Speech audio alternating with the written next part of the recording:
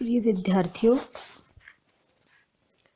आज हम द्वितीय प्रश्न पत्र के अंतर्गत अमरकांत की कहानी डिप्टी कलेक्ट्री से कुछ अवतरण की व्याख्या करेंगे। कल भी हमने इसी क्रम में व्याख्या का अध्ययन किया था। वह दुर्बल तथा बूढ़े आदमी थे, इसलिए उनसे तेज क्या दौड़ा जाता। वह पैरों में फुर्ती लाने के लिए अपने हाथों को इस तरह भांज रहे थे जैसे कोई रोगी मरियल लड़का अपने साथियों के बीच खेल कूद के दौरान मैदान में कोई हल्की फुल्की शरारत करने के बाद तेजी से दौड़ने के लिए गर्दन को झुकाकर हाथों को चक्र की भांति घुमाता है। उनके पैर थप-थप की आवाज़ के साथ प्लेटफॉर्म पर गिर रहे थे और उनकी हरकतों का उनके मुख पर कोई विशेष प्रभाव दृष्टिगोचर नहीं हो रहा था। बस यही मालूम होता कि वह कुछ परेशान है।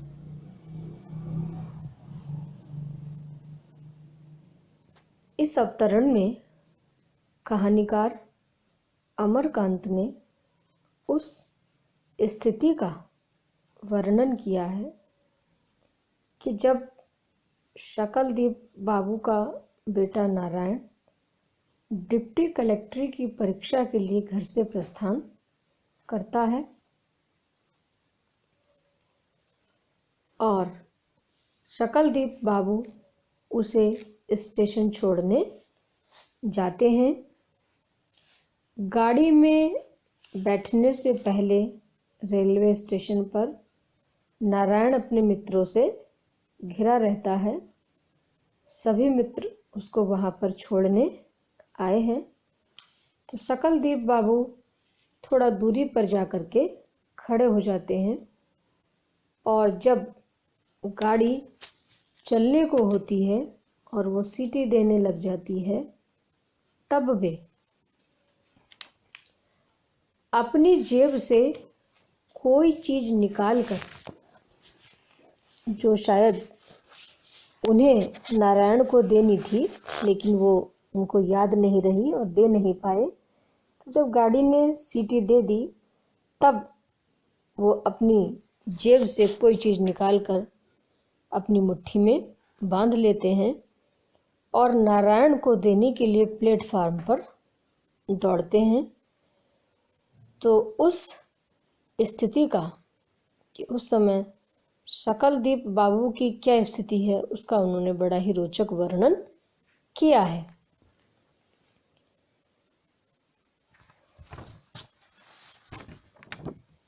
वह दुर्बल तथा बूढ़े आदमी थे, इसलिए उनसे तेज क्या दौड़ा जाता। वह पैरों में फुर्ती लाने के लिए अपने हाथों को इस तरह भांज रहे थे। शकलदीप बाबू जब रेलगाड़ी चलने लग गई, सीटी देने लग गई, तब शकलदीप बाबू अपने नारायण को मुट्ठी में रखी चीज़ देने के लिए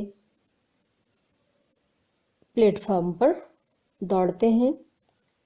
हालांकि शकलदीप बाबू कमज़ोर और बूढ़े आदमी थे, इसलिए तीव्र गति से वो वहाँ पर नहीं दौड़ पाए, या जिस गति से गाड़ी चलने लगी थी उस रफ्तार से, उस गति से तेज चलना या दौड़ पाना शकलदीप बाबू के लिए संभव नहीं था। इस कारण अपने पैरों में तेजी लाने के लिए उस समय भागते हुए अपने दोनों हाथों को इस तरह भांज रहे थे जैसे कोई मरियल लड़का अपने साथियों के बीच खेल कूद के दौरान मैदान में कोई हल्की फुल्की शरारत करने के बाद तेजी से दौड़ने के लिए गर्दन को झुकाकर हाथों को चक्र की भांति घुमाता है। तो उस समय वो अपने पैरों में फुर्ती लाने के लिए ऐसी तेजी से दौड़े जैसे दोनों हाथों को इस तरह भांज रहे थे जैसे कि कोई रोगी और मरियल लड़का खेल कूद में अपने साथियों के मध्य दौड़ने की असफल चेष्टा करता है, या खेल कूद के मैदान में कोई हल्की फुल्की शरारत करने के बाद साथियों के बीच से बचने के लिए कोई अपनी गर्दन झुका करके दोनों हाथों को गोलाकार रूप में घुमाते हुए जैसे कोई लड़का दौड़ता हो, ऐसी ही स्थिति उस समय कुछ शकलदीप बाबू की थी।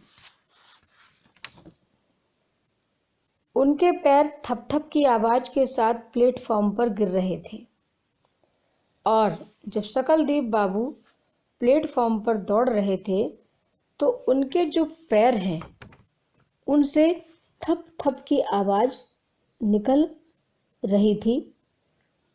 तेज दौड़ने के प्रयास में उनके पैर प्लेटफॉर्म की फर्श पर थप थप की आवाज कर रहे थे।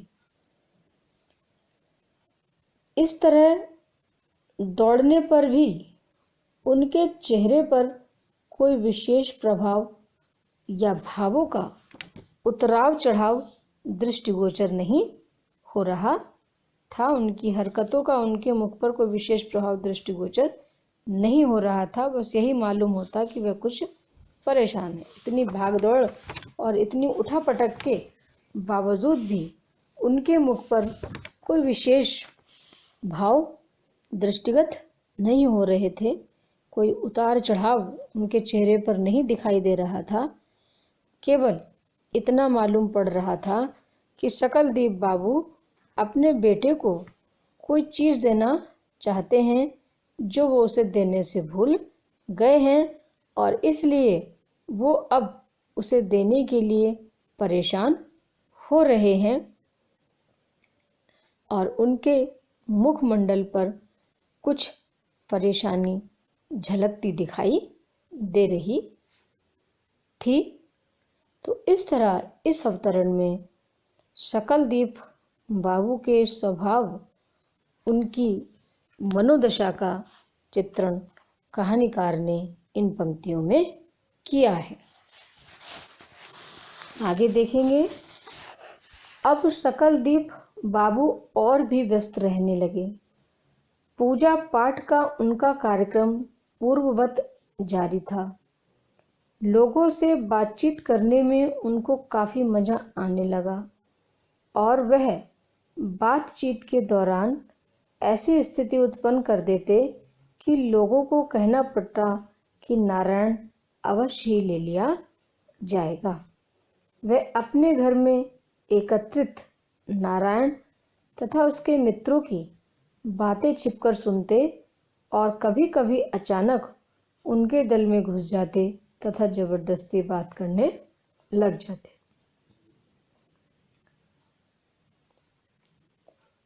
अब इस अवतरण में कहानीकार अमरकांत ने उस प्रसंग को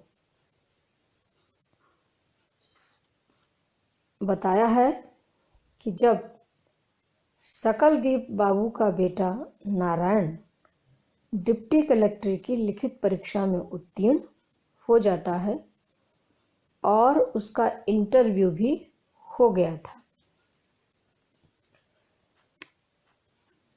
लोगों को भी कुछ विश्वास होने लगा कि इस बार उसकी मेहनत को देखते हुए ये लग रहा था कि नारायण डिप्टी कलेक्टर बन जाएगा। तो इस आशा और विश्वास के कारण जैसे मानो शकलदीप बाबू की जो जीवनचर्या है वो भी कुछ बदल सी गई थी। उसी का वर्णन इस अवतरण में कहानीकार ने किया है। अब शकलदीप बाबू और भी व्यस्त रहने लगे। कहानीकार बताते हैं कि नारायण का डिप्टी कलेक्टर के लिए चयन हो जाने की आशा एवं विश्वास से सकलदीप बाबू अब पहले से अधिक व्यस्त रहने लग गए। पूजा पाठ का उनका कार्यक्रम पूर्ववत जारी था। भगवान का भजन पूजन स्मरण जैसे वो पहले करते थे, वो अभी भी पूजा पाठ उनका चल रहा था। लोगों से बातचीत करने में उनको काफ़ी मज़ा आने लगा और वह बातचीत के दौरान ऐसी स्थिति उत्पन्न कर देते कि लोगों को कहना पड़ता कि नारायण अवश्य ले लिया जाएगा। नारायण की सफलता की आशा से लोग उनसे बातें करते थे। नारायण की जो मेहनत थी, लगन थी, निष्ठा थी, उसको देखकर वो उसकी प्रशंसा करते थे और वो उनको अग्रिम बधाई देते थे। तो इस कारण लोगों से बातचीत करने में शकल बाबू को बहुत आनंद और मज़ा आता था। वे लोगों से बातचीत करते थे और बातचीत करने के दौरान ऐसी स्थिति उत्पन्न कर देते थे अथवा इस तरह की बात करते या इस तरह का सिलसिला चलाते कि लोगों को स्वतः ही यह कहना पड़ जाता कि निश्चित रूप से इस बार नारायण को डिप्टी कलेक्ट्री में ले लिया जाएगा। इसी के साथ वह अपने घर पर एकत्रित नारायण तथा उसके मित्रों की बातें छिपकर सुनते और कभी कभी अचानक उनके दल में घुस जाते तथा जबरदस्ती बात करने लग जाते। इसी तरह जब नारायण के मित्र घर पर आते और उससे बातचीत करते तो सकलदीप बाबू भी उसके मित्रों की बातें छिप छिप कर सुन लिया करते थे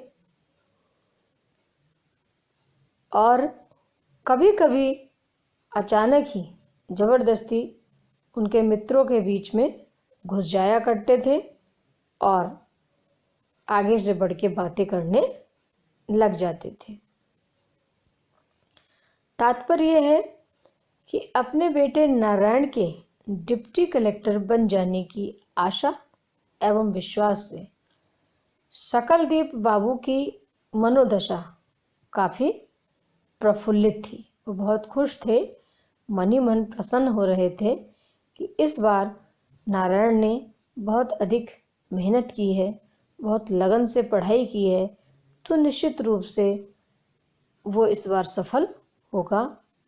मन में उनको बार बार ऐसा विश्वास बैठ रहा था कि इस बार वो डिप्टी कलेक्टर के लिए चयनित हो जाएगा।